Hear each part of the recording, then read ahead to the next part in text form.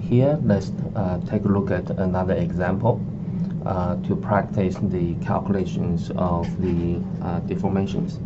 And here we recall the template for us to determine the deformation is this: the force P, material properties E, cross-sectional area A, and the length of the template model is L. And then due to the loading, the deformations, we're going to determine delta equal to PL over EA. So again, to make up the free body diagrams to fit in to such template. So we'll look at this example here. So from here, again, we take the free body diagram.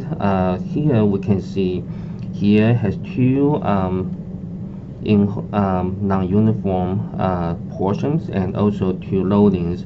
So here is kind of natural for us to pick up four free body diagrams, which is this portion, okay, and then this portion doesn't include K, and in these portions, okay, and then including K, and then this portion doesn't include this loading, and then in these portions, okay, in total we have four portions. So here let's look at into details of each portion. So let me say this is portion 1. Okay, for portion 1, the free body diagram is like this. Let me draw this right here. So again, for this portion, I pick up any cross section, and this cross section, basically the position is anywhere from the bottom to up, and not including the point K where the loading applied. So here is this free body diagram here. Okay, so that's cross section. Basically, the position vary from bottom to top and not exceed the position of K. So under this situation, you can see there's no externally applied loading. So anywhere in this cross section, anywhere the position of the cross section is in this segment 1, basically equal to 0.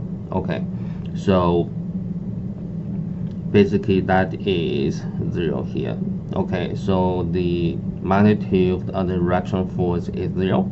Okay, using this diagram, this indicating the magnitude of the force, not indicating the place where the free body diagram is. Okay, now we move to the second portion here.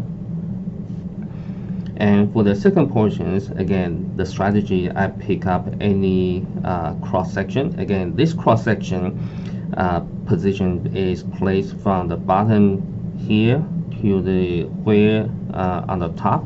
So let me draw that free body diagram. Okay, so the cross section is here, and again, this cross section basically varies from here to here. Okay, and then from here you can see right now the point K is included. So where one externally applied loading 600 newtons is applied. So by action reaction, you can see the reaction in the cross sections is 600. Again, this 600 is depends on the position of the cross section, which is constant. So here in the second segment here, the magnitude of reaction is 600, pretty much like this. Okay, and then here there's a discontinuity. From here, discontinuity basically is accounted for the applied loading, that is exactly 600. Okay, now we move to the third one here. That is the third segment.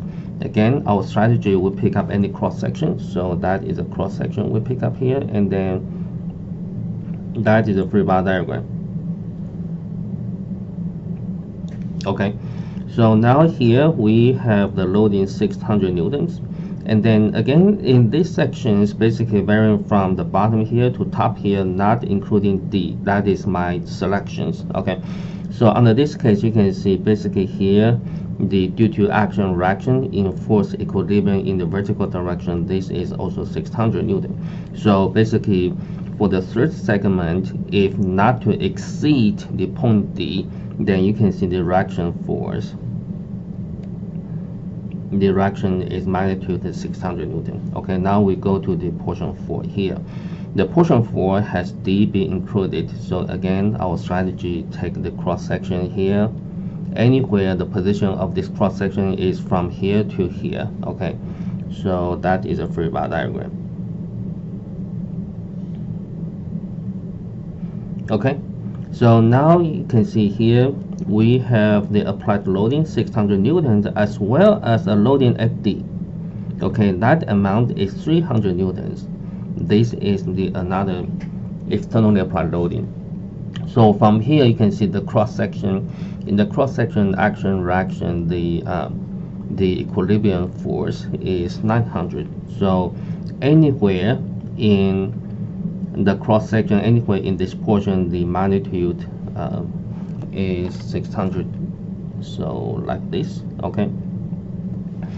So this is our segment 1 and 2 and 3 and 4, and each of the segment basically, let me, for example, for the first one, let me make an example here. For the first segment, and it has the L equal to 0.15 meters, and its cross-sectional area equal to 400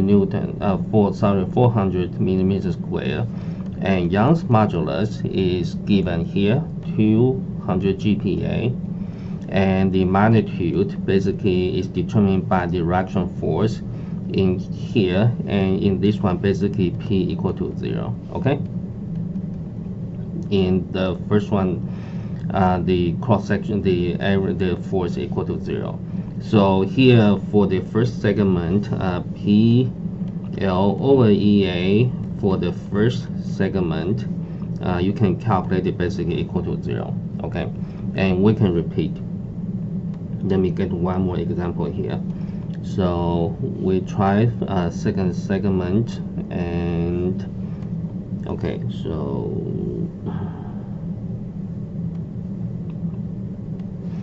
for the second segment here, and the loading is 600 newtons. Okay,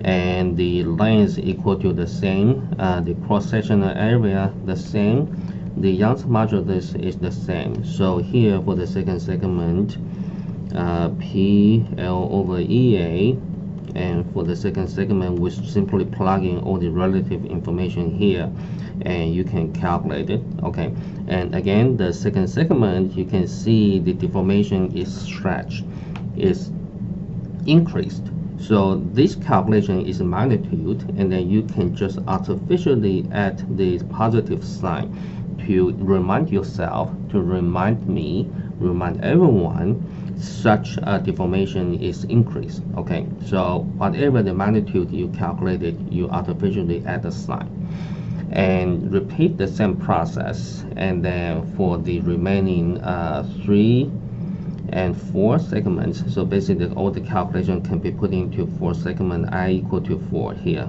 Okay, then you proceed the whole total deformations and contributed to here. So let me draw the deformation of this one. So that would be something like this.